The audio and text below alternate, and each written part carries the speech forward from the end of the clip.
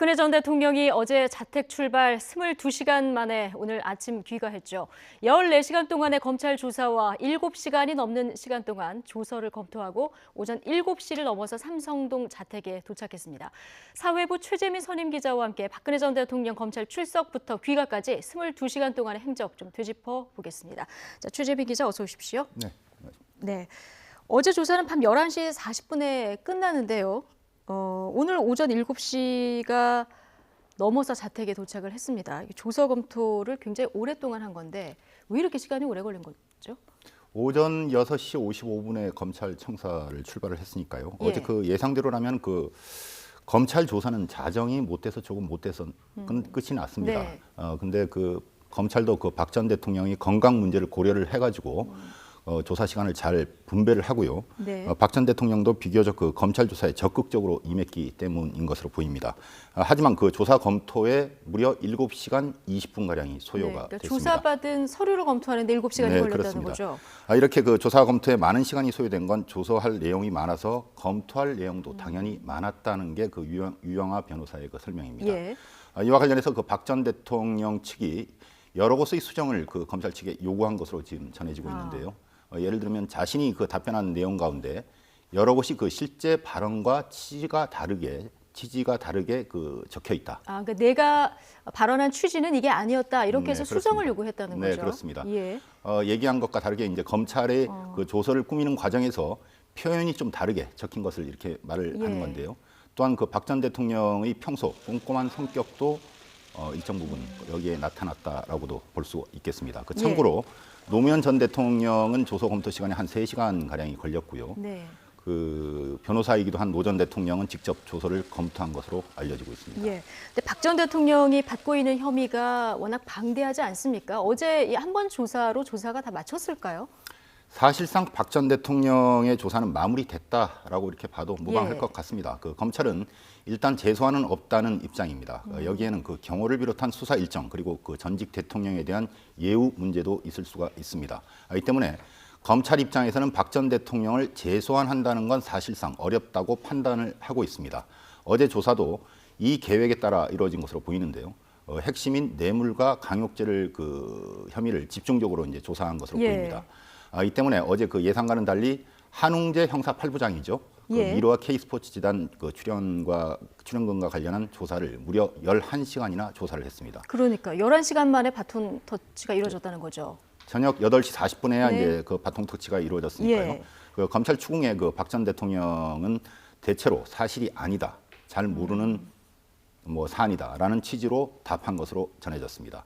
일부 의혹에 대해서는 기본 사실관계는 인정을 하면서도 범죄 의도가 없었다라는 그 진술도 한 것으로 알려졌습니다. 예. 어제 조사 어떻게 이루어졌는지 복기를 좀 해볼까요? 검찰은 박 전 대통령을 이제 대통령님 이렇게 부르고 또 박 전 대통령은 검사님 이렇게 부르면서 조사가 이루어졌다고 해요. 뭐 호칭이 별로 뭐 중요한 건 아닙니다만 아무래도 이건 예우 차원이겠죠? 그렇습니다. 그 예전에도 그랬고요. 그 박 전 대통령과 검찰 모두 예우를 한다고 볼 수가 있겠습니다. 어제 오전 조사를 그 시작을 할 때 한웅재 부장검사는 박 전 대통령이 받는 13가지 혐의를 얘기하고 피의자 조사를 시작하겠습니다라고 이렇게 얘기를 했을 겁니다. 그런 다음 그 진술을 거부할 수 있고 변호인으로부터 조력을 받을 수 있다는 미란다 원칙을 알려줬을 겁니다. 이어서 인정신문이라는 것을 하게 되는데 이름과 주민번호를 비롯한 그 주소와 학력, 경력, 가족관계, 건강 상태를 이제 물었습니다. 간단한 그 인정신문 다음에는 기초 사실을 조사를 했는데요. 박 전 대통령의 이 그 재임 기간에 있었던 주요 일정을 주로 물었다고 합니다. 이 부분은 이번 사건 조사와 밀접한 관계가 있다고 할 수가 있겠습니다. 예를 든다면요? 예를 들어서 그 대기업의 그 독대는 언제 이루어졌는지, 그 외국 방문은 언제 했는지, 그리고 동행한 사람은 누군지 이런 것들을 이제 물은 거죠.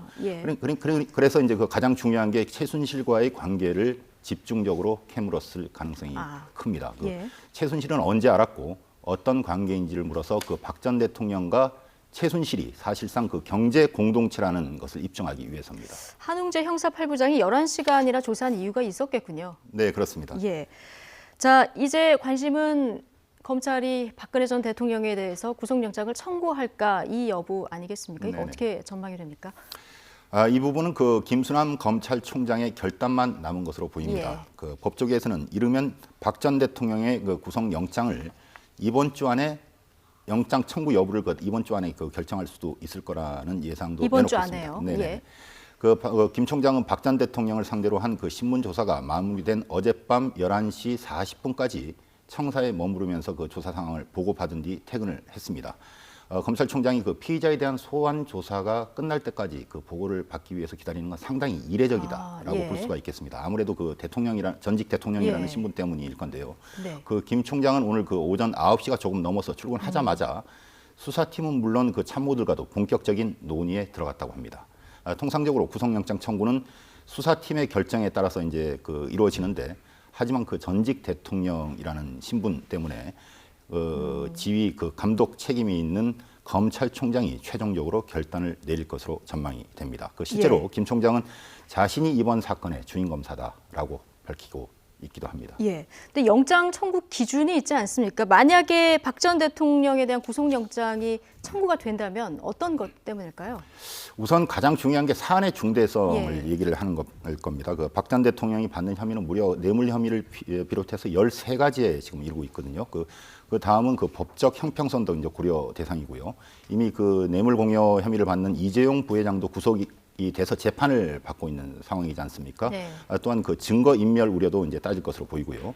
이 부분과 관련해서는 그 박 전 대통령은 검찰 1기 특수본과 그 특검 소환에 불응한 것은 물론 네. 주요 혐의도 계속 부인하고 있다는 점입니다. 예. 아울러서 이번 그 사태와 관련해 박 전 대통령이 반성하고 있는지와 법 앞의 평등도 고려할 대목인 것으로 보입니다. 예.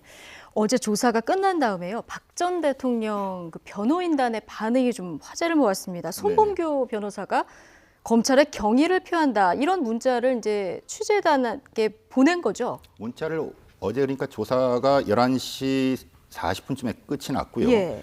1시쯤에 이제 그 이런 새벽 1시예요. 1시가 조금 넘어서 예. 이제 온 것으로 파악이 네. 되고 있습니다. 정확히 어떤 내용입니까? 그러니까 손범규 변호사는 그 악의적 보도와 그 선동적 과장이 물러가고 진실이라는 모습이 이제 드러나기 시작했다라고 예. 이렇게 전했고요. 네. 그리고 그 검찰은 그 진실을 밝히기 위해 애쓰신 검사님들과 검찰 가족에게 경의를 표한다라고도 이렇게 덧붙였습니다. 어떤 전략으로 볼 수 있습니까? 아무래도 전형적인 로키, 그러니까 전략이라고 볼 수 있는 것이죠. 그래서 이제 좀 잘 보여야 되겠다, 이런 생각을 했다는 거죠. 그러니까 이제 구속 기소 상황이 지금 언급이 되고 있지 않습니까? 그래서 향후 유리한 결과를 얻기 위한 노력으로 이 같은 메시지를 보낸 것으로 보입니다. 네. 자, 또 한 가지, 어제 이제 대질 신문이 이루어질까, 이것도 관심 아니었겠습니까? 이제 검찰이 최순실 씨, 그리고 안종범 전 수석, 그리고 정호성 전 비서관을 부르긴 했습니다. 그런데 그 불출석 사유서 제출하고 검찰 소환에 응하지는 않았는데, 검찰이 불렀다는 거는 대질 신문을 하겠다, 이런 의도가 있었던 것으로 보여요.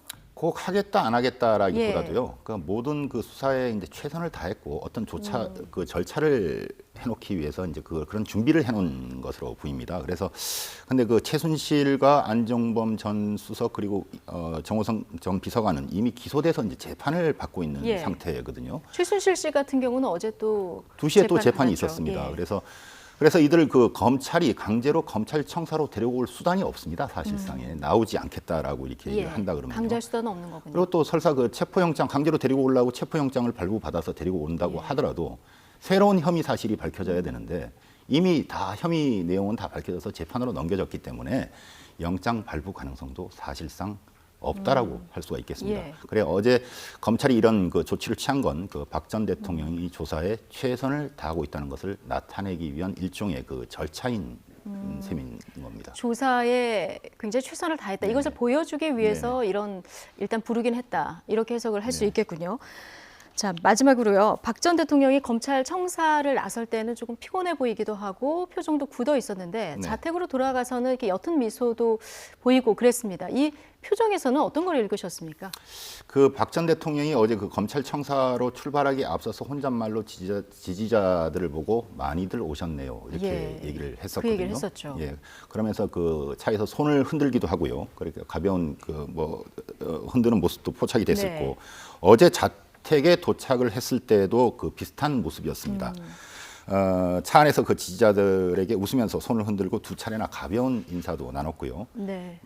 이런 모습들은 여전히 자신을 지지하는 사람들에게 어떤 고마움을 표시하는 것은 물론이고 이번 사태에 대해서 기존의 생각과 전혀 바뀐 게 없다는 것을 방증하는 장면으로 해석이 될 것 같습니다. 예, 자, 여기까지 듣겠습니다. 사회부 최재민 선임기자와 함께했습니다. 고맙습니다.